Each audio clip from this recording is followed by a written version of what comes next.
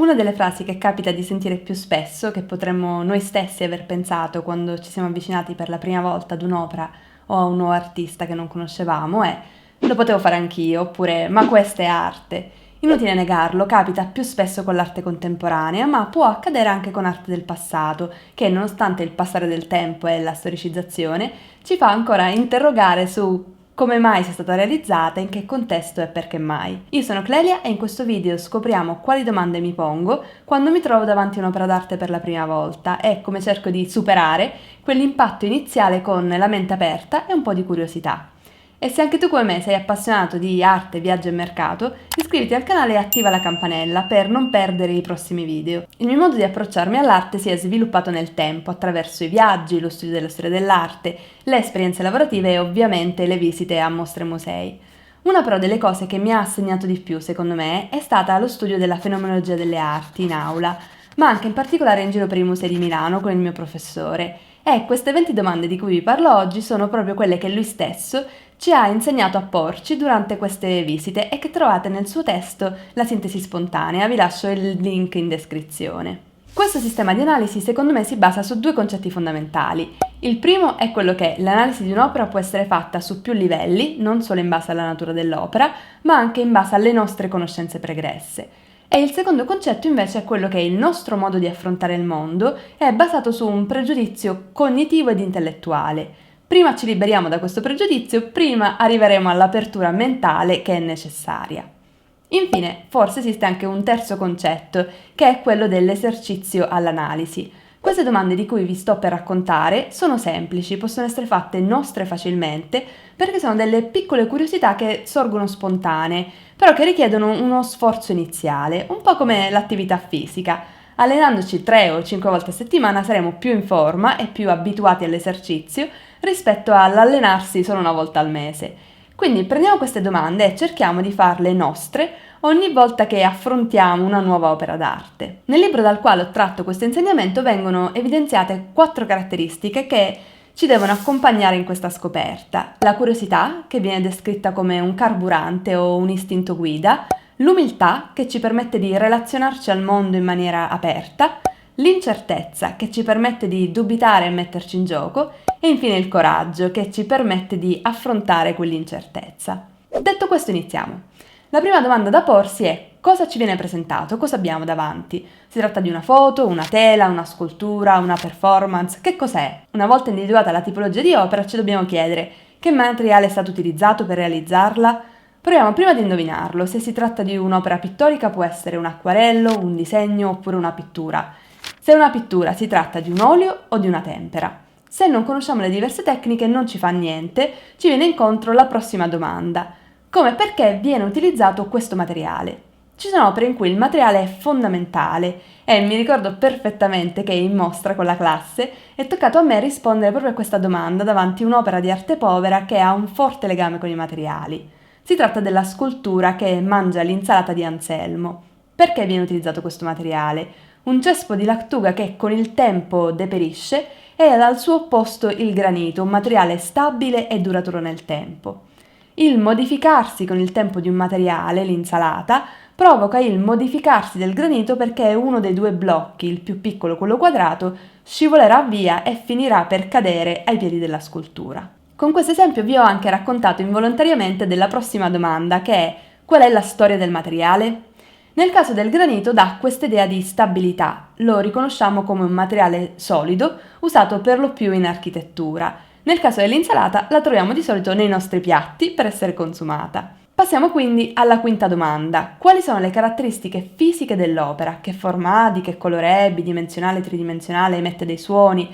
Descrivere la caratteristica fisica ci fa avvicinare alla realtà dell'oggetto e ci fa capire la sua natura. E nelle grandi opere d'arte il materiale è raramente scelto a caso, al contrario le sue proprietà fisiche sono fondamentali. Un esempio è la Casa di Pane di Fischer, in mostra alla Triennale di Milano nell'anno dell'Expo. Poi la prossima: quali sono le dimensioni, il peso e le misure di ciò che stiamo vedendo? Un'opera realizzata con materiali leggeri darà l'idea appunto di leggerezza, mentre all'opposto un'opera realizzata con materiali pesanti ci darà l'idea di stabilità e di fermezza. Adesso che abbiamo capito cosa abbiamo davanti, proviamo a capire lo spazio che occupa. come, dove, perché si trova nel nostro spazio percettivo. Ci sono opere che giocano specificatamente sulla percezione dello spazio, come quella dell'artista Erwin Wurm, artista austriaco. Però la stessa domanda può anche valere per opere più tradizionali, come un ritratto, oggi conservato alla National Gallery. In base alle dimensioni e allo spazio che occupa, possiamo cominciare ad immaginare quale messaggio porta con sé.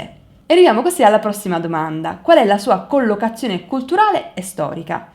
Cioè, se ha queste caratteristiche fisiche, quali potrebbero essere le motivazioni storiche e culturali che hanno spinto l'artista a realizzarla? Lo scopriremo poco dopo, quando ascolteremo l'audioguida della mostra o leggeremo il catalogo, ma in quel momento ci interessa giocare, esercitarci e cercare di capirlo da soli. Poi chiediamoci quali linguaggi riconosciamo. Lo stesso tema, la figura umana, può essere affrontato attraverso diversi linguaggi: un ritratto realistico di nobili dell'Ottocento, oppure un santo spagnolo del Seicento, oppure un ritratto allo specchio come quelli di Pistoletto. E adesso arriviamo all'ultima domanda del gruppo, di quelle che richiedono forse un solo nostro sforzo personale, ed è: quali sensazioni suscita in me l'uso di questo materiale o di questa tecnica? Due esempi con due artisti di cui ho parlato diverse volte sul canale. La Cappella Sistina del 1993 di Nam June Paik, che si esprime attraverso la tecnologia e lancia un messaggio di sperimentazione grazie ai materiali. E poi Eliasson, che ci ricostruisce all'esterno della Tate una cascata e ci racconta della natura e del nostro rapporto con il pianeta. Solo attraverso l'acqua, il suo rumore e la presenza dell'opera, già solo questo suscita un'idea in noi. Adesso siamo arrivati a metà del percorso e dobbiamo andare oltre le sensazioni e cominciare ad usare la nostra curiosità per scoprirne di più. L'undicesima domanda quindi è: chi ha realizzato l'opera e qual è la sua provenienza culturale e geografica? Qui ci vengono d'aiuto ovviamente i materiali che sono in mostra. Abbiamo scoperto un po' di più sull'autore, adesso passiamo all'opera. Ha un titolo? Le è stato dato un nome? Se lo ha, come mai è stato scelto? Forse ad esempio può avere un riferimento preciso, come la descrizione di quello che accade nell'opera. Un esempio è Il pranzo dei canottieri di Renoir, oppure Massachusetts Chandelier di Pippi Lottie-Rist.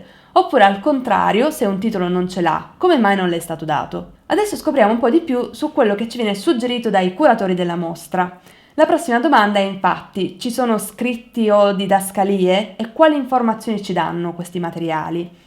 Scoprirete con il tempo che sarà quasi una conquista aver individuato ad esempio una tecnica, un periodo o un artista senza neanche leggere la didascalia, oppure com'è divertente scambiare alcune volte un Braque per un Picasso al Centre Pompidou o non riconoscere del tutto alcuni Mondrian dei primi anni. Concludiamo questo secondo livello di lettura più storico con un'ultima domanda, che è: quali sono gli elementi legati alla tradizione? È una domanda un po' vasta, può essere la tradizione dell'artista, la tradizione del periodo, del paese geografico, ma sono certa che riconoscerete qualcosa. Un esempio di cui abbiamo parlato qui sul canale è TV Buddha di Nam June Paik. Adesso passiamo all'ultima fase di domande, più personali e per le quali a maggior ragione non esiste una risposta giusta o sbagliata. Ognuna di loro però ci permette di metterci in gioco e ci richiede quella curiosità, umiltà, incertezza e coraggio di cui parlavamo prima. Ve le lancio tutte una di seguito all'altra. Quest'opera reinterpreta in maniera originale qualcosa che conosco già? Qual è il grado di mistero che ha questa immagine per me? Quale grado di fantasia e di creatività possiede secondo me? E poi questa immagine mi ha aiutato a vedere le cose da un altro punto di vista. E poi passiamo al gusto personale. Mi piace quello che vedo? Desidero rivederlo? Queste ultime 6 domande sono davvero aperte e in generale vi invito ad esercitarvi e a metterle in pratica tutte o in parte con mente aperta la prossima volta che entrerete in contatto con un'opera d'arte. Si tratta in ogni caso solo di un mio racconto, di un mio modo che ormai è naturale di vedere le opere, non di una ricetta per l'interpretazione perfetta. Fatemi sapere però nei commenti qui sotto se vi è capitato mai di farvi alcune di queste domande o se pensate che le userete in futuro. E se vuoi scoprire qualcosa in più sulla lettura delle opere d'arte, ti consiglio il mio video sugli elementi di un'opera d'arte o semplicemente una delle letture dei capolavori dell'arte che trovi fra le playlist del canale. Grazie e alla prossima!